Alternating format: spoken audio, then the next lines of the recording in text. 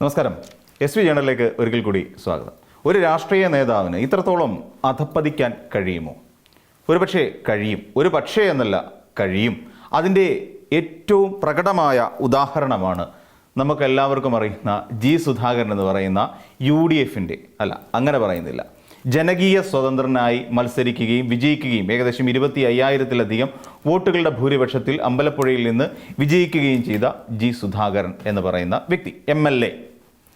അദ്ദേഹത്തിൻ്റെ സ്വഭാവത്തിൽ നമുക്കറിയാം, കഴിഞ്ഞ കാലങ്ങളിൽ തെരഞ്ഞെടുപ്പിൽ മത്സരിക്കുന്നത് വരെയുള്ള കാലങ്ങളിൽ അദ്ദേഹത്തിൽ ഉണ്ടായിരുന്ന ഒരു സാംസ്കാരികമായ വ്യതിചലനം എത്രത്തോളം വലുതായിരുന്നു എന്നുള്ളത് നമുക്കറിയാം.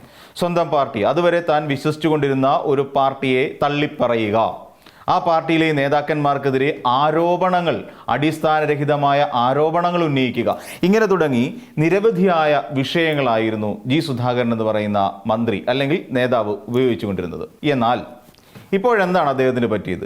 ജനകീയ സ്വതന്ത്രൻ എന്നുള്ള പേര് കൊടുത്തുകൊണ്ട് ജനകീയനായി നിൽക്കുന്ന ജി സുധാകരൻ ഇപ്പോൾ നീർക്കുന്നം സ്കൂളിലേക്ക് എത്തിയപ്പോൾ അവിടെ നിന്നും നിർമ്മാണ പ്രവർത്തനങ്ങളുടെ പേരിൽ മണ്ണ് കടത്തുന്നു എന്ന് പറയുന്ന ഗുരുതരമായ ഒരു ആരോപണം അവിടെ ഉയർത്തിക്കൊണ്ടുവരുന്നു. നമ്മൾ മനസ്സിലാക്കേണ്ടത്, ജി സുധാകരൻ അവിടെ മണ്ണ് കടത്തിയിട്ടില്ല. അവിടെയുള്ള പാർട്ടി നേതാക്കന്മാർ പറയുന്നത് ഞങ്ങൾ മണ്ണ് കടത്തിയിട്ടില്ല, ടൈലിടാൻ വേണ്ടിയിട്ട് കുത്തിയിളക്കിയിട്ടു എന്ന് മാത്രമാണ്. എന്തിനാണ് അങ്ങനെയൊരു ആരോപണം ഉന്നയിക്കുന്നത്? അവിടുത്തെ നിർമ്മാണ പ്രവർത്തനങ്ങൾ വിലയിരുത്തുക എന്നുള്ളത് MLA എന്നുള്ള നിലയിൽ ഉത്തരവാദിത്തമാണ്. ആയിക്കോട്ടെ, അവിടെ അങ്ങനെ ഒരു ആരോപണം ഉയർത്തുകയും പിന്നീട് അവിടെ ഉണ്ടായിരുന്ന പാർട്ടി നേതാക്കന്മാരോടും പ്രവർത്തകരോടും കയർക്കുകയും അവരുമായി സംസാരത്തിൽ ഏർപ്പെടുകയും ചെയ്യുന്ന അസന്മാർഗികം എന്ന് പറയുന്നില്ല, സാംസ്കാരിക നിലയ്ക്ക് യോജിക്കാത്ത തരത്തിലുള്ള പ്രവൃത്തിയാണ് അദ്ദേഹത്തിൻ്റെ ജി സുധാകരൻ എന്ന് പറയുന്ന നേതാവിൻ്റെ ഭാഗത്ത് നിന്നുണ്ടാകുന്നത്. നമുക്കറിയാം, വെറുതെ ധാർഷ്ട്യം കലർന്ന സ്വഭാവ സവിശേഷതയാണ് അദ്ദേഹത്തിനുള്ളത്. തന്നെ കാണാൻ വരുന്ന, തന്നെ കൊണ്ട് ശുപാർശ ചെയ്യിക്കാനായി എത്തുന്ന പലരോടും അദ്ദേഹം പെരുമാറുന്ന രീതിയും അതേ ധാർഷ്ട്യത്തിൻ്റെ ഭാഷയിൽ തന്നെയാണ്. അതിലൊരു പ്രവർത്തകൻ പറയുന്ന ഒരു കാര്യമുണ്ട്, നിങ്ങൾ സാറേ എന്നല്ലേ വിളിച്ചിരുന്നത് എന്ന് പറഞ്ഞിട്ട് അദ്ദേഹം തിരുത്തി വിളിപ്പിച്ചിരുന്നത് എന്ന് പറഞ്ഞിരുന്നു. ജി സുധാകരൻ എന്ന് പറയുന്ന ഒരു നേതാവിൻ്റെ ചിന്തകളും ജി സുധാകരൻ എന്ന് പറയുന്ന നേതാവിൻ്റെ ശീലങ്ങളുമൊക്കെ കൃത്യമായി വശമായ ഒരു ജനതയാണ് ആലപ്പുഴയിലെ CPM പ്രവർത്തകർ. അവർക്ക് ജി സുധാകരൻ എന്നും ഒരു റോൾ മോഡലായിരുന്നു. അദ്ദേഹത്തെ കണ്ടുകൊണ്ടായിരുന്നു പലപ്പോഴും പ്രവർത്തനങ്ങൾ നടത്തിയിരുന്നത്. ഇതേ ജി സുധാകരൻ എന്താണ് കാണിച്ചത്? ഒരിക്കലും ഒരു പാർട്ടി പ്രവർത്തകനും മോഡലാക്കാൻ കഴിയാത്ത ഒരു സമീപനം എന്ന് വെച്ചാൽ, സ്വന്തം പാർട്ടി മെമ്പർഷിപ്പ് പോലും മെമ്പർഷിപ്പ് പുതുക്കുന്നതിന് വേണ്ട അപേക്ഷാ ഫോം അവിടെ ലോക്കൽ സെക്രട്ടറി അവിടെ കൊണ്ട് ബ്രാഞ്ച് സെക്രട്ടറി കൊണ്ട് കൊടുക്കുമ്പോഴും അത് പൂരിപ്പിച്ചു പോലും കൊടുക്കാൻ അദ്ദേഹം തയ്യാറായില്ല.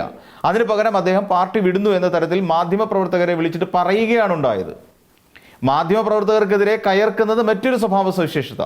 സ്ത്രീകൾക്കെതിരായി അദ്ദേഹം പറഞ്ഞിട്ടുള്ള, അതായത് സുജാതയ്ക്ക് CS സുജാത എന്ന് പറയുന്ന വനിതാ നേതാവിനെതിരായി അദ്ദേഹം നടത്തിയ പരാമർശം, അവർ തലയിൽ തുളസിക്കതിരും പൂക്കളും ഒക്കെ വെച്ചിട്ടാണ് നായർ കുടുംബങ്ങളിലേക്ക് പോകുന്നത്, നായരാണെന്ന് തോന്നിപ്പിക്കാൻ വേണ്ടി. ഇതൊക്കെ ഒരു സാംസ്കാരികമായി ഉന്നതിയിൽ നിൽക്കുന്നു എന്ന് അവകാശപ്പെടുന്ന ജി സുധാകരനെ പോലെയുള്ള ഒരു നേതാവിന് യോജിച്ചതായിരുന്നോ എന്ന് ആലോചിക്കേണ്ടതല്ലേ?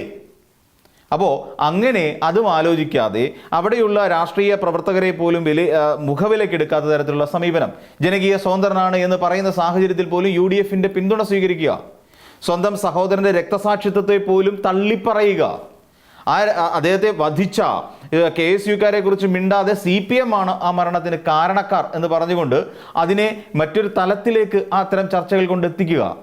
അങ്ങേക്ക് അല്ലെങ്കിൽ ജി സുധാകരൻ എന്ന് പറയുന്ന നേതാവിനെ എത്രത്തോളം കൃത്യമായ ഒരു മുതിർന്ന നേതാവിന് നൽകേണ്ട എല്ലാ ആനുകൂല്യങ്ങളും പദവികളും ആദരവ് നൽകി തന്നെയല്ലേ CPM ജില്ലാ സെക്രട്ടറി, ആലപ്പുഴ ജില്ലാ കമ്മിറ്റി പരിപാലിച്ചു പോന്നിരുന്നത്? എന്നിട്ടും അദ്ദേഹത്തിന് അതൊന്നും താല്പര്യമുള്ള വിഷയമേ ആയിരുന്നില്ല. ഇനിയാണ് അടുത്തൊരു കാര്യം. ഇപ്പൊ അദ്ദേഹം പറഞ്ഞ എന്താണ്? കഴിഞ്ഞ ദിവസം പൊതിച്ചോറ് കൊടുക്കേണ്ട എന്ന് പറയുന്നു.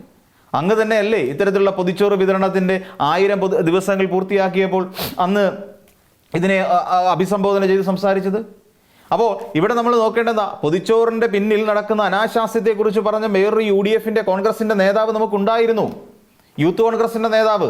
ആ നേതാവിന്റെ പേര് രാഹുൽ മാങ്കൂട്ടത്തിൽ ആയിരുന്നില്ലേ? എന്തായിരുന്നു രാഹുൽ മാങ്കൂട്ടം കേരളത്തിലെ രാഷ്ട്രീയത്തിന്റെ ഒരു സജീവ സാന്നിധ്യത്തിൽ നിന്ന് പിന്നിലേക്ക് പോകാനുള്ള കാരണം എന്നുള്ള കാര്യം നമുക്കറിയാം. അദ്ദേഹം ആരോപിച്ച അതേ അനാശാസ്യം തന്നെയല്ലേ രാഹുൽ മാങ്കൂട്ടത്തിനെ പിന്നിലേക്ക് അടിച്ചത്? അദ്ദേഹത്തിനെതിരായി പാർട്ടി നടപടി സ്വീകരിക്കേണ്ട ഗതികേടുണ്ടാക്കിയത്? അപ്പോൾ അതേ പാർട്ടിയിൽ നിന്നുകൊണ്ട് ജനകീയ സ്വതന്ത്രം എന്ന് പറഞ്ഞുകൊണ്ട് നിൽക്കുന്ന ജി സുധാകരൻ സമൂഹത്തിലെ എല്ലാ അനാചാരങ്ങൾക്കും എല്ലാ പ്രശ്നങ്ങൾക്കും എതിരെ പ്രവർത്തിക്കുകയാണെങ്കിൽ വീണ്ടും ജി സുധാകരൻ ചിലത് പറയേണ്ടി വരും. അപ്പോൾ ഇത് പറഞ്ഞു തീർത്തിട്ട് നമുക്കതിലേക്ക് പോവാം. ഇവിടെ ജി സുധാകരൻ എന്താണ് ഇവിടെ പൊതിച്ചോറ് കൊടുക്കാൻ പാടില്ല, അതൊരു രാഷ്ട്രീയ പാർട്ടിയും ചെയ്യേണ്ടതല്ല. എന്താണ് പൊതിച്ചോറ്? സാധാരണക്കാരായ നിരവധി ആളുകൾ നമ്മുടെ ജനറൽ ആശുപത്രികളിലും താലൂക്ക് ആശുപത്രികൾ അവിടെയും അതോടൊപ്പം മെഡിക്കൽ കോളേജുകളിലും ഉണ്ട്. നിരവധി രോഗികളാണ് കിടക്കുന്നത്. അവിടേക്ക് ഈ ധർമാശുപത്രികൾ എന്ന് പണ്ട് പേരിട്ട് വിളിച്ചിരുന്ന ഇത്തരം ആശുപത്രികളിലേക്ക് വരുന്നവരെല്ലാം വലിയ സാമ്പത്തിക ഘടനയുള്ള കുടുംബങ്ങളിൽ നിന്ന് വരുന്നവരൊന്നും അല്ല. എല്ലാവരും സാധാരണക്കാരും കൂലിവേല ചെയ്യുന്നവരും ഒക്കെ ഉണ്ടാവും. അവർക്ക് ഒരുപക്ഷെ ആ രോഗിയെ ട്രീറ്റ് ചെയ്യാൻ വേണ്ടിയിട്ടുള്ള സാമ്പത്തിക അവസ്ഥ മാത്രമായിരിക്കും അവർ കയ്യിൽ കൊണ്ടു നടക്കുന്നത്. കൂട്ടിരിപ്പുകാർക്കും അതോടൊപ്പം തന്നെ രോഗികൾക്കും ആഹാരം വേണ്ടേ? സർക്കാർ എത്തിച്ചു കൊടുക്കുമെന്ന് പറഞ്ഞിട്ടുണ്ട്. ഇതിനു മുൻപ് UDF സർക്കാർ ഉണ്ടായിരുന്നല്ലോ. ആ UDF സർക്കാർ എത്ര തവണയാണ് അവിടെ ഇരിക്കുന്ന കൂട്ടിരിപ്പുകാർക്കും അവിടുത്തെ രോഗികൾക്കും ഭക്ഷണം എത്തിച്ചു കൊടുത്തിട്ടുള്ളത്? അങ്ങനെ ഒരു സംഭവം നടന്നിട്ടേയില്ല. പിന്നെ സർക്കാർ എത്തിച്ചു കൊടുക്കുമെന്ന് ഇത്ര ഉറപ്പിൽ എങ്ങനെയാണ് ജി സുധാകരൻ എന്ന് പറയുന്ന നേതാവിന് പറയാൻ കഴിയുക?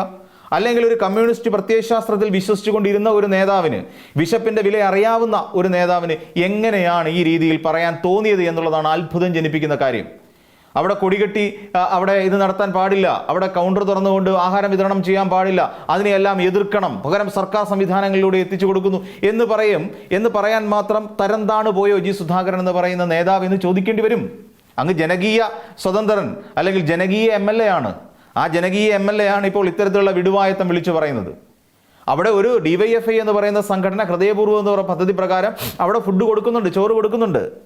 അത് ഫണ്ട് പിരിവ് നടത്തിയിട്ടല്ല. മറ്റു വീടുകളിൽ ഓരോ യൂണിറ്റ് കമ്മിറ്റിയും അവരുടെ യൂണിറ്റ് പരിധിയിൽ വരുന്ന വീടുകളിൽ പോയിട്ട് ഒരു പൊതി ചോറ് അവരുടെ വീട്ടുകാരോട് ചോദിക്കും. നമുക്ക് എല്ലാവർക്കും അറിയാമത് അതെങ്ങനെയാണ് ആ ഭക്ഷണം അവർ സമാഹരിക്കുന്നതെന്ന്. അതാണ് കൊണ്ട് വിതരണം ചെയ്യുന്നത്. അവിടെ പിന്നെ DYFIക്കാർക്ക് തലയിലൂടെ വണ്ടി ഓടുന്നില്ല.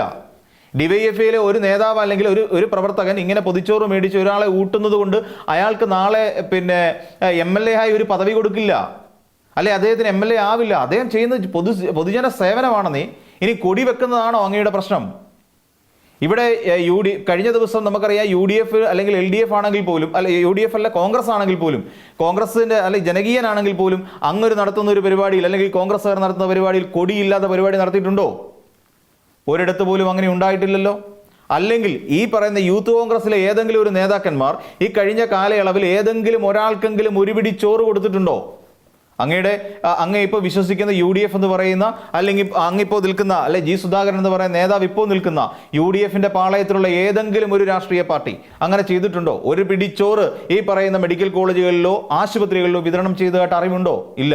അപ്പോൾ അതിനെ മുടക്കുകയാണ് നിങ്ങൾ ചെയ്യുന്നത്.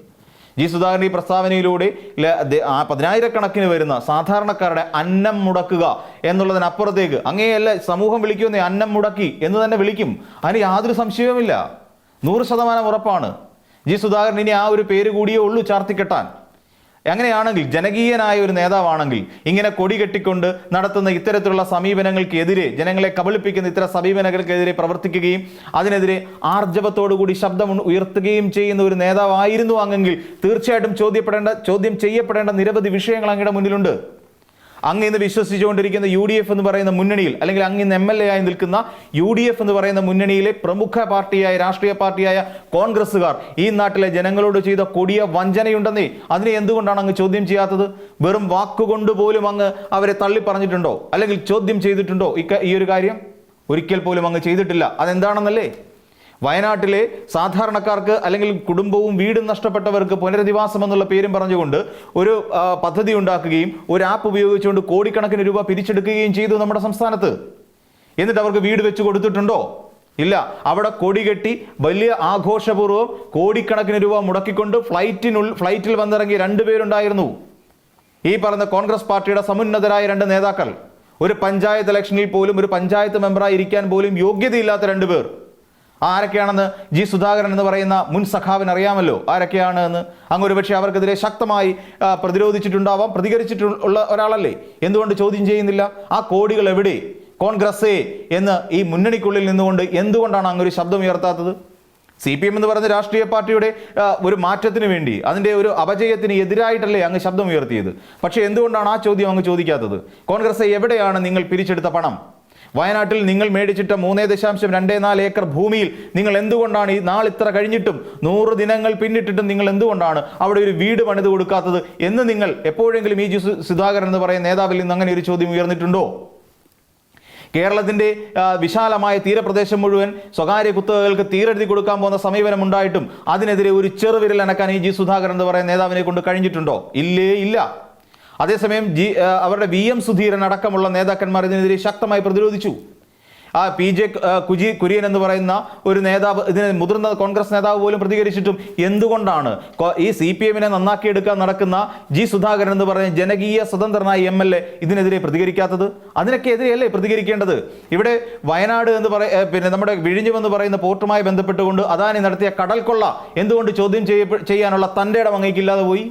മുതിർന്ന നേതാവല്ലേ? എന്നിട്ടും അതൊന്നും ചോദ്യം ചെയ്യപ്പെടുന്നില്ല. PM ശ്രീ പദ്ധതിയിൽ ഒപ്പിടാൻ പോകുന്ന ഈ നാട്ടിലെ ഈ UDF സർക്കാരിനെ വിമർശിക്കാൻ എന്തുകൊണ്ട് അങ്ങ് തയ്യാറായില്ല? അപ്പോൾ ഇങ്ങനെ ഒരുപാട് ചോദ്യങ്ങളുണ്ടെന്നേ. അങ്ങ് ഈ പറയുന്ന മണ്ണെടുക്കുന്നത് മാത്രമല്ല, ജി സുധാകരൻ എന്ന് പറയുന്ന മുൻ പൊതുമരാമത്ത് വകുപ്പ് മന്ത്രിയിൽ നിന്നും അതല്ലെങ്കിൽ മുൻ MLA-യിൽ നിന്നും നമ്മൾ ജനങ്ങൾ കാണേണ്ടത്. ഇവിടെ ഒരു പ്ലീഡർ നിയമനം നടന്നല്ലോ. ഇതിന് KB പ്രദീപ് എന്ന് പറയുന്ന ഒരു പ്ലീഡറെ ഇവിടെ VD സതീശൻ എന്ന് പറയുന്ന നേതാവ് ഏകപക്ഷീയമായി നിയമിച്ചിരുന്നല്ലോ. അദ്ദേഹം പിന്നെ രാജിവെച്ചു പോയി. അത് വേറൊരു കാര്യം. അതിനെ ചോദ്യം ചെയ്യാൻ അങ്ങേക്ക് കഴിഞ്ഞില്ലേ? അങ്ങ് മുൻ ദേവസ്വം ബോർഡ് വകുപ്പ് മന്ത്രി കൂടിയായിരുന്നു എന്ന് എന്തുകൊണ്ടാണ് അങ്ങ് മറന്നുപോയത്? അതിനെ ചോദ്യം ചെയ്യാൻ അങ്ങേക്ക് കഴിഞ്ഞിട്ടുണ്ടോ? ഇല്ല. അപ്പോൾ അങ്ങയുടെ, അതായത് ജി സുധാകരൻ എന്ന് പറയുന്ന നേതാവിൻ്റെ ഈ പറയുന്ന പ്രതികരണങ്ങളും തിരുത്തൽവാദവും എല്ലാം അത് സെലക്റ്റീവായി മാറുന്നു എന്നുള്ളതാണ്. അതായത് CPM എന്ന് പറയുന്ന ഒരു രാഷ്ട്രീയ പാർട്ടിയെ അതിനുള്ളിൽ നിന്നുകൊണ്ട് ലഭിക്കാൻ കഴിയുന്ന എല്ലാ പദവികളും എല്ലാ ആനുകൂല്യങ്ങളും നേടിയെടുത്തതിന് ശേഷം പിന്നിൽ നിന്ന് കുത്തുന്ന സമീപനം അങ്ങേക്കറിയാം. അങ്ങേക്ക് ഇനി ഒരു വട്ടം കൂടി കേരളത്തിൽ നിന്ന് ഒരു ജനപ്രതിനിധിയായി മത്സരിച്ച് വിജയിക്കാൻ സാധിക്കില്ല എന്നുള്ള കാര്യം ജി സുധാകരൻ എന്ന് പറയുന്ന നേതാവിന് അറിയാമെന്നേ. അപ്പോൾ ഇനിയുള്ള കാലമെങ്കിലും അങ്ങ് ഈ പറയുന്ന പോലെ ഇനി വളരെ കുറച്ച് കാലങ്ങൾ കൂടി മാത്രമേ ഇനി ഉണ്ടാകുകയുള്ളൂ. അങ്ങേക്ക് ഈ പറയുന്ന 4 വർഷം പൂർത്തിയാക്കാൻ 4 വർഷം കൂടിയുള്ളൂ അങ്ങയുടെ ഈ ഒരു സ്ഥാനം, ജനപ്രതിനിധി എന്നുള്ള സ്ഥാനം നഷ്ടമാകാൻ. അങ്ങയുടെ വരും കാലങ്ങളിൽ ദേഹത്ത് വിരിക്കേണ്ടത്, ശരീരത്തിൽ വിരിക്കേണ്ടത് ഈ പറയുന്ന CPM-ന്റെ ഒരു ചുവന്ന അരിവാൾ ചുറ്റിക ചിഹ്നമുള്ള ഒരു കൊടിയാണോ എന്നുള്ളത് അങ്ങ് തന്നെ തീരുമാനിക്കണം. ഇവിടുത്തെ എല്ലാ സഖാക്കന്മാരും ഒരിക്കൽ പറയും അങ്ങ് ഏറ്റവും വലിയ ചതിയനായിരുന്നുവെന്ന്, അങ്ങ് ഏറ്റവും വലിയ ഒറ്റുകാരനായിരുന്നുവെന്ന് ജി സുധാകരന്റെ മുഖത്ത് നോക്കി ഇവിടുത്തെ സഖാക്കന്മാർ ഒരേ സ്വരത്തിൽ പറയും. കാരണം നഷ്ടപ്പെടുന്ന ഇവിടെ CPM എന്ന് പറയുന്ന ഒരു രാഷ്ട്രീയ പാർട്ടി ഒരിക്കലും അവസാനിക്കാൻ പോകുന്ന ഒന്നല്ല. ഏറ്റവും ഒടുവിലത്തെ ഒരു സഖാവ് ഉണ്ടെങ്കിൽ പോലും അന്നും ഈ പാർട്ടി നിലനിൽക്കും. അതിനെയൊക്കെ വഞ്ചിച്ചിട്ട് കടന്നു പോയിട്ടുള്ളവർക്ക് എന്നും പാർട്ടിയുടെ പുറത്താണ് സ്ഥാനമെന്ന് അവർ 1000 ആവർത്തി പറഞ്ഞുകൊണ്ടേ ഇരിക്കുമെന്നേ. ഇതൊക്കെ എന്തുകൊണ്ടാണ് അങ്ങ് മനസ്സിലാക്കാത്തത്? ചോദ്യം ചെയ്യേണ്ടത് യഥാർത്ഥ സഖാവാണെങ്കിൽ, യഥാർത്ഥത്തിൽ ഒരു ജനകീയനാണ് അങ്ങെങ്കിൽ തീർച്ചയായും ഇത്തരം കാര്യങ്ങൾ ചോദ്യം ചെയ്യപ്പെടേണ്ടത് തന്നെയാണ്. ഞാൻ പറഞ്ഞല്ലോ, വയനാട് ഫണ്ടിനെ കുറിച്ച് ചോദിക്കാം, വിഴിഞ്ഞം പോർട്ടിനെ കച്ചവടമാക്കിയതിനെ കുറിച്ച് ചോദിക്കാം, നമ്മുടെ തീരദേശം മുഴുവനായി കുത്തകൾക്ക് വിൽക്കാൻ ശ്രമിക്കുന്ന VD സതീശൻ സർക്കാരിനെതിരെ ശക്തമായി പ്രതിരോധിക്കാം. സംഘപരിവാർ അജണ്ടകൾക്ക് മുമ്പിൽ താണു വീണ് മടക്കി നിൽക്കുന്ന ഇവിടുത്തെ സർക്കാരിനെതിരെ പ്രതികരിക്കാം. അങ്ങേക്ക് പ്രതികരിക്കാനുള്ള അവകാശമുണ്ടെന്നേ. അങ്ങ് ജനകീയ സ്വതന്ത്രനാണ്. അത് മാത്രം അങ്ങ് മറന്നു പോകരുത്. അപ്പോൾ മറ്റൊരു വീഡിയോയുമായി നമുക്ക് വീണ്ടും കാണാം.